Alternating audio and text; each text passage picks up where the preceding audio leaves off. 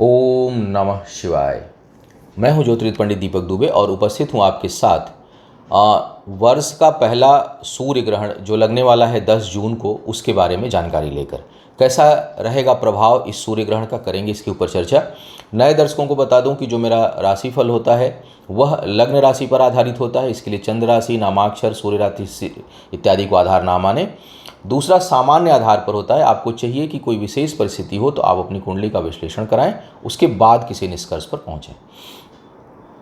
यह जो सूर्य ग्रहण है यह आंशिक लगेगा, आंशिक सूर्य ग्रहण है। इस कारण सूतक कहीं भी मान्य नहीं होगा। पूर्ण सूर्य ग्रहण यह कहीं भी नहीं होगा, आंशिक सूर्य ग्रहण होगा। इस कारण सूतक मान्य नहीं होने वाला है।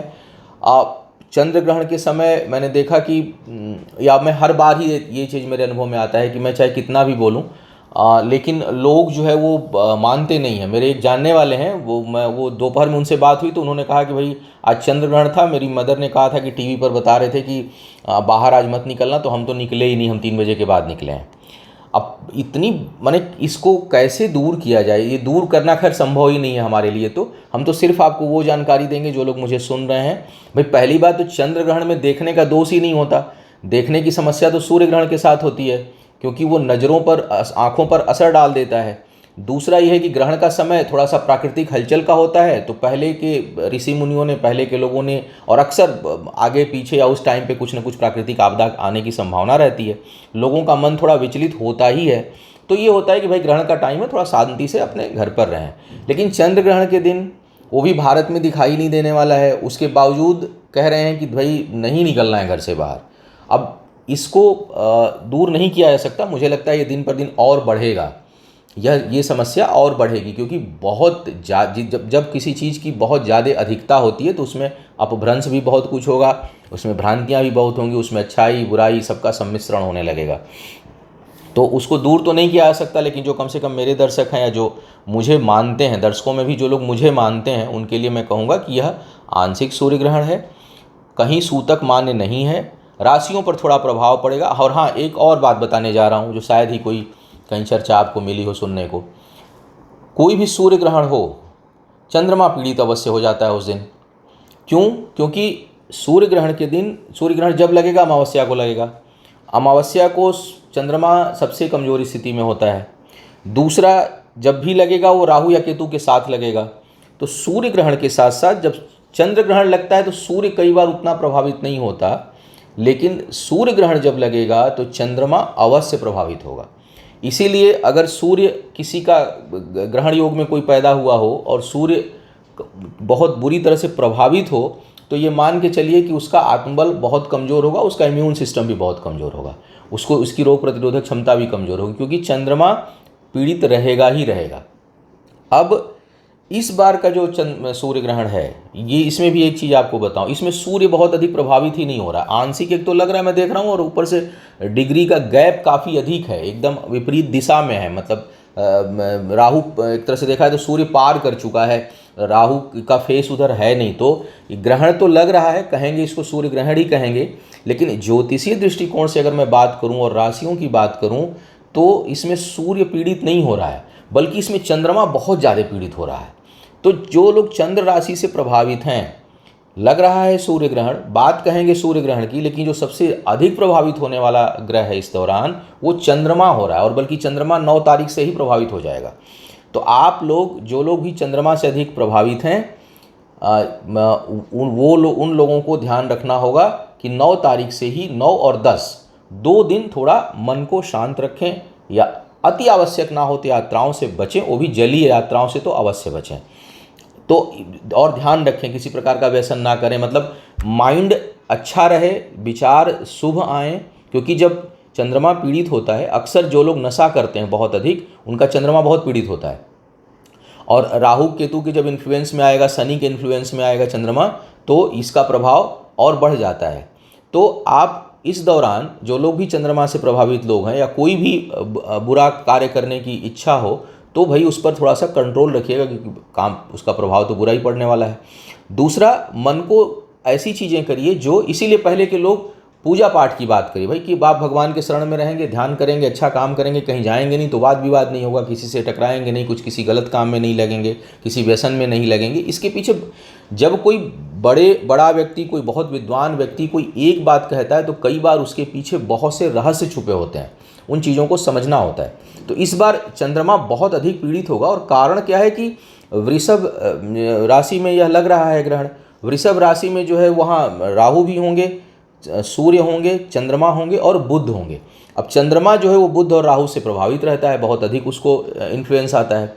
उसके साथ साथ राहु और शनि दोनों चंद्रमा के नक्षत्र में हैं उस दिन, तो चंद्रमा पर ज़्यादा मार पड़ रही है। ऊपर से चंद्र राशि पर नीच के मंगल और वक्री शनि की दृष्टि भी जा रही है, यानी चंद्रमा के नक्षत्र में राहु भी हैं, शनि भी हैं, वक्री शनि की दृष्टि है और नीच का मंगल है, उसकी भी दृष्टि चंद्रमा पर जा रही है, और वो भी राहु के साथ। राहु सूर्य पर मंगल की दृष्टि पड़े तो ज़बरदस्त अंगारक दोष बनता है। तो जो मैंने जब इसकी उस दिन जब मैं इस पर लिखने लगा और देखने लगा ग्रहण की स्थिति को, तो मुझे लगा कि ये तो सूर्य ग्रहण का हल्ला होगा, लेकिन पीड़ित तो चंद्रमा हो रहा है सबसे अधिक। तो भाई जो लोग चंद्रमा से प्रभावित हैं, चंद्रमा कारक है, चंद्रमा की अंतर प्रत्यंतर चल रही है, उसमें राहु केतु या शनि का प्रभाव हो, विशेष करके राहु और शनि का प्रभाव चल रहा हो, वो थोड़ा, और वो 9 तारीख से ही, बल्कि 10 को तो दोपहर आते आते चंद्रमा थोड़ा सा आगे निकल चुका होगा, लेकिन 9 के दोपहर के बाद से लेकर के 10 की दोपहर तक का जो समय है वो चंद्रमा से जो लोग प्रभावित हैं उन पर ज़्यादा अधिक प्रभाव पड़ने वाला है। बात तो करूँगा राशियों की ही कि क्या कह रहे हैं सितारे इस समय और किन चीज़ों पर प्रभाव पड़ेगा। दूसरा मैं देखता हूँ कि कई बार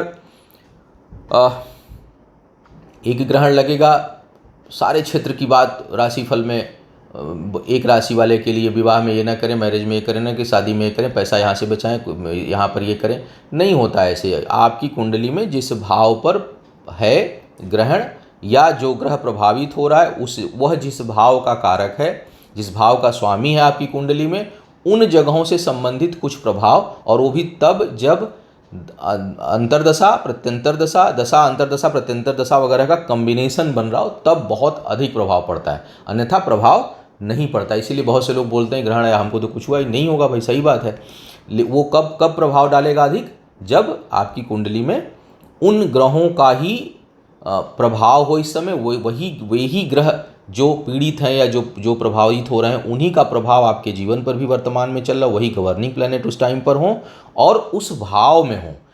तो जैसे मेष की बात किया जाए कि मेष वालों के लिए क्या हो रहा है प्रभाव। मेष वालों के लिए दूसरे भाव में लग रहा है। अब मेष वालों के लिए जो स्थिति है,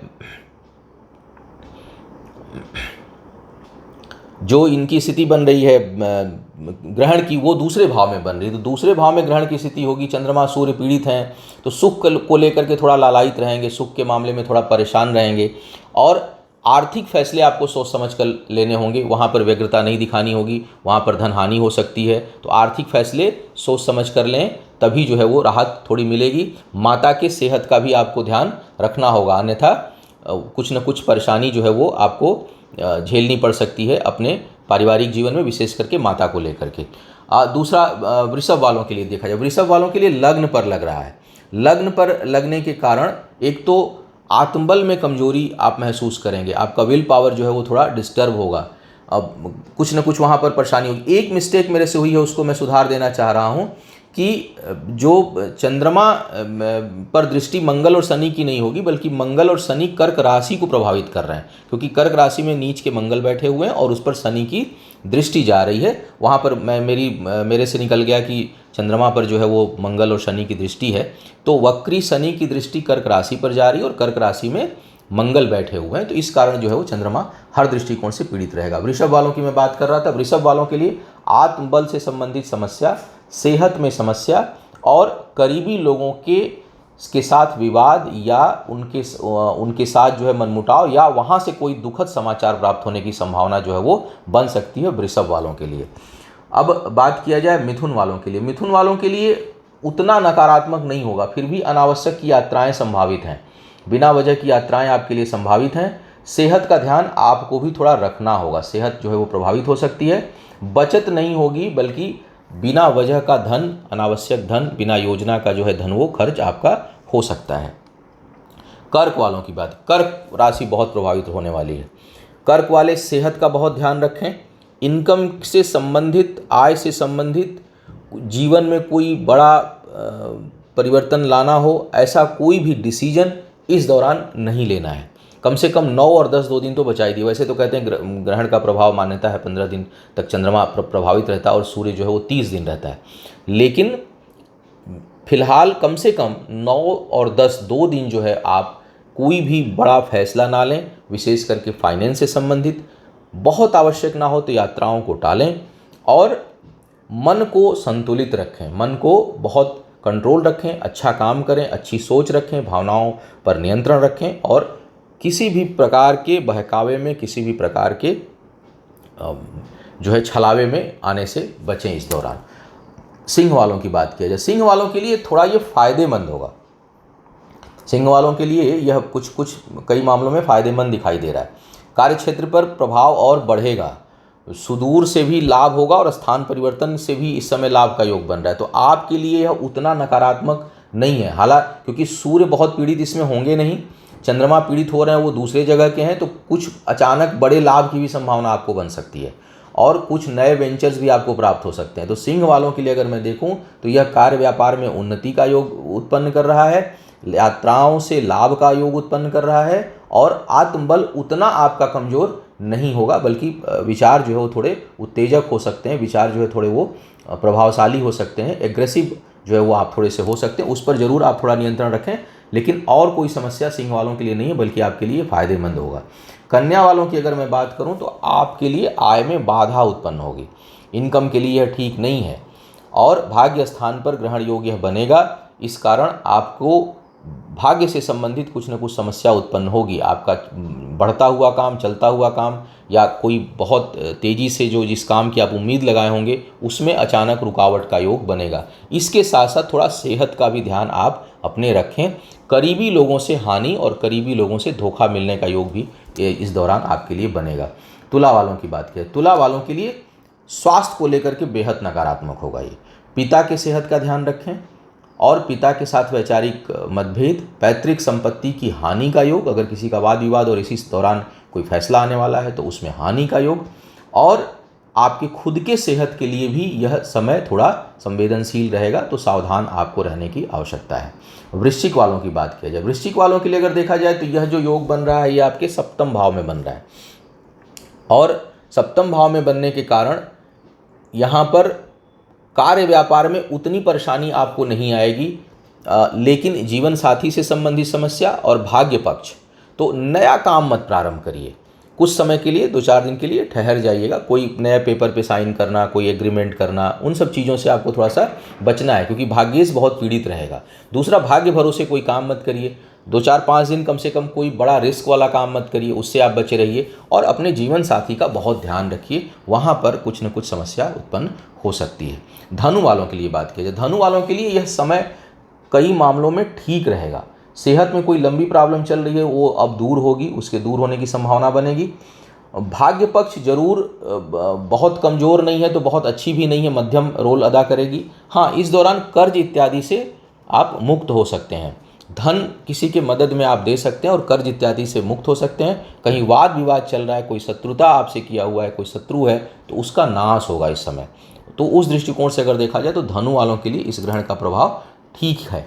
मकर वालों की बात किया जाए, मकर वालों के लिए अगर देखा जाए भाई, तो यह एक तो वैवाहिक जीवन के लिए बहुत परेशानी उत्पन्न कर सकता है, जीवन साथी के लिए बहुत परेशानी उत्पन्न कर सकता है, निर्णय गलत हो सकते हैं, शिक्षा के क्षेत्र में कठिनाई आएगी, प्रेम संबंध अचानक टूट सकते हैं।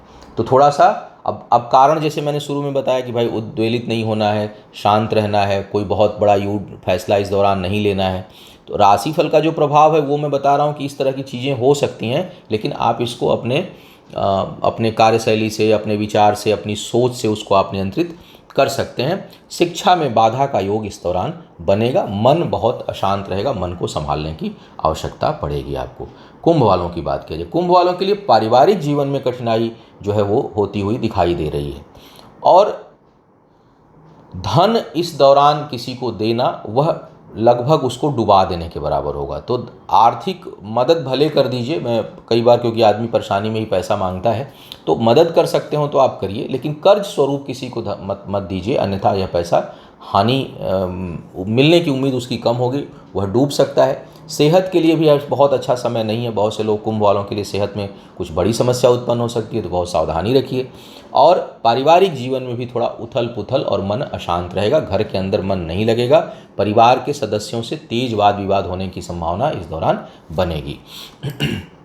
मीन वालों की बात किया जाए, मीन वालों के लिए देखा जाए तो अजीब सा कसमकस आपके अंदर रहेगा। आत्मबल थोड़ा कमज़ोर महसूस करेंगे, कोई भी काम करने का दिल नहीं करेगा, तो आपको थोड़ा एनर्जेटिक रहना है।